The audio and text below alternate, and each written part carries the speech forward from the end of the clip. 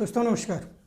एक बड़ी पुरानी बुद्धिस्ट कहानी है कि एक गांव में बुद्ध जी प्रवचन दे रहे थे और जनता पूरी बैठी हुई थी। उसी समय जब उनका प्रवचन खत्म हुआ तो एक खूबसूरत सी जवान महिला और आई और उनके पैर पकड़ लिए और उसने पैर पकड़ करके उनसे विनती करी कि जो है रोने लगी। और जो है तो भगवान बुद्ध ने पूछा कि भाई क्या बात है, तुम क्यों इतना परेशान हो।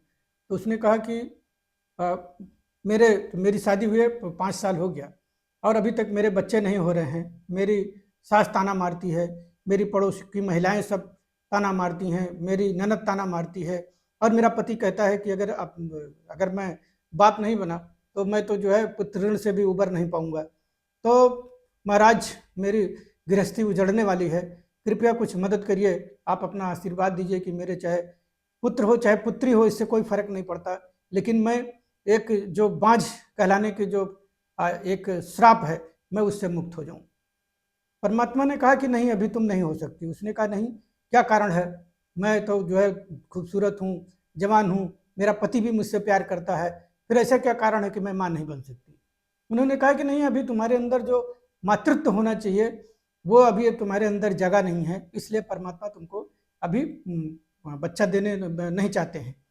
तो उसने कहा कि ऐसा तो नहीं है, मैं क्यों नहीं मां बन सकती हो, मेरे तो शरीर में सारे गुण हैं जो एक माँ बनने के लिए जरूरी होता है।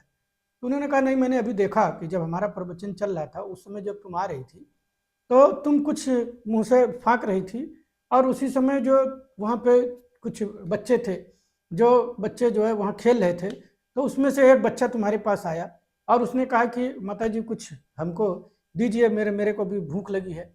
तो तुमने उसको भगा दिया। अब तुमने अगर 5-6 साल के बच्चे को अगर तुम प्रेम नहीं कर सकती हो तो मैं कैसे मानूं कि तुम्हारे अंदर एक मातृ भावना जगी है। तुम परमात्मा अगर तुमको अगर बच्चा दे भी दें तो अगर तुम्हारे अंदर मातृत्व भाव अगर नहीं होगा तो तुम उसका लालन पालन कैसे करोगी? इसलिए अभी जब तक तुम्हारे अंदर मातृत्व का भाव नहीं पैदा होगा तुमको बच्चा नहीं मिलेगा। पहले तुम अपने आप को इस योग्य बनाओ कि दूसरे को बच्चे को देख करके भी प्रेम कर सको, अपने अंदर इस तरह का भाव लाओ, तभी परमात्मा जो है तुमको बच्चा देंगे। दोस्तों, असल ज़िंदगी में भी हमारे यही है। कहानी तो बहुत छोटी है लेकिन इसका मैसेज बहुत बड़ा है। मैसेज इस हिसाब से बहुत बड़ा है कि आप देखो ना कि आदमी सोचता है कि मेरे पास धन नहीं हो रहा, मेरे पास यश नहीं हो रहा, मेरे जो है मेरी सफलता नहीं हो रही है, मैं जहाँ हाथ डाल रहा हूँ मेरा बिजनेस में पैसा डूब जा रहा है।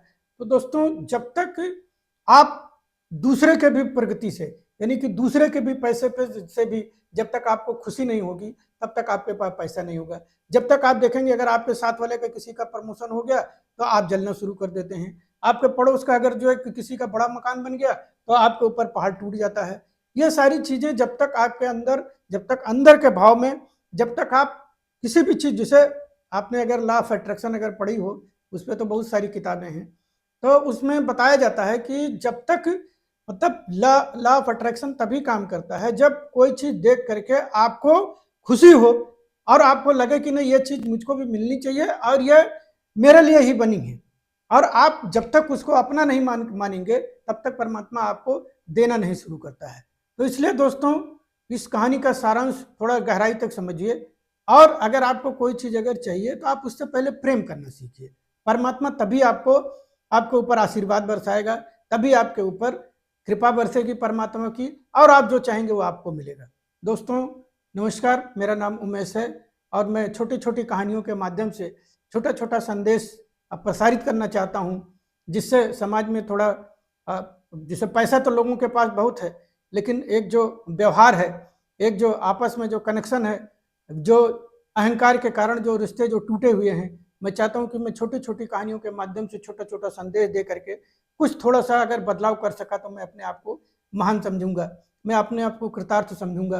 दोस्तों, अगर आपको ये मेरा ये संदेश या मेरा वीडियो अगर अच्छा लगा हो तो लाइक ज़रूर कर दीजिएगा, और अगर आपको और अच्छा लगे तो इसको शेयर करना चाहें शेयर भी कर दीजिएगा।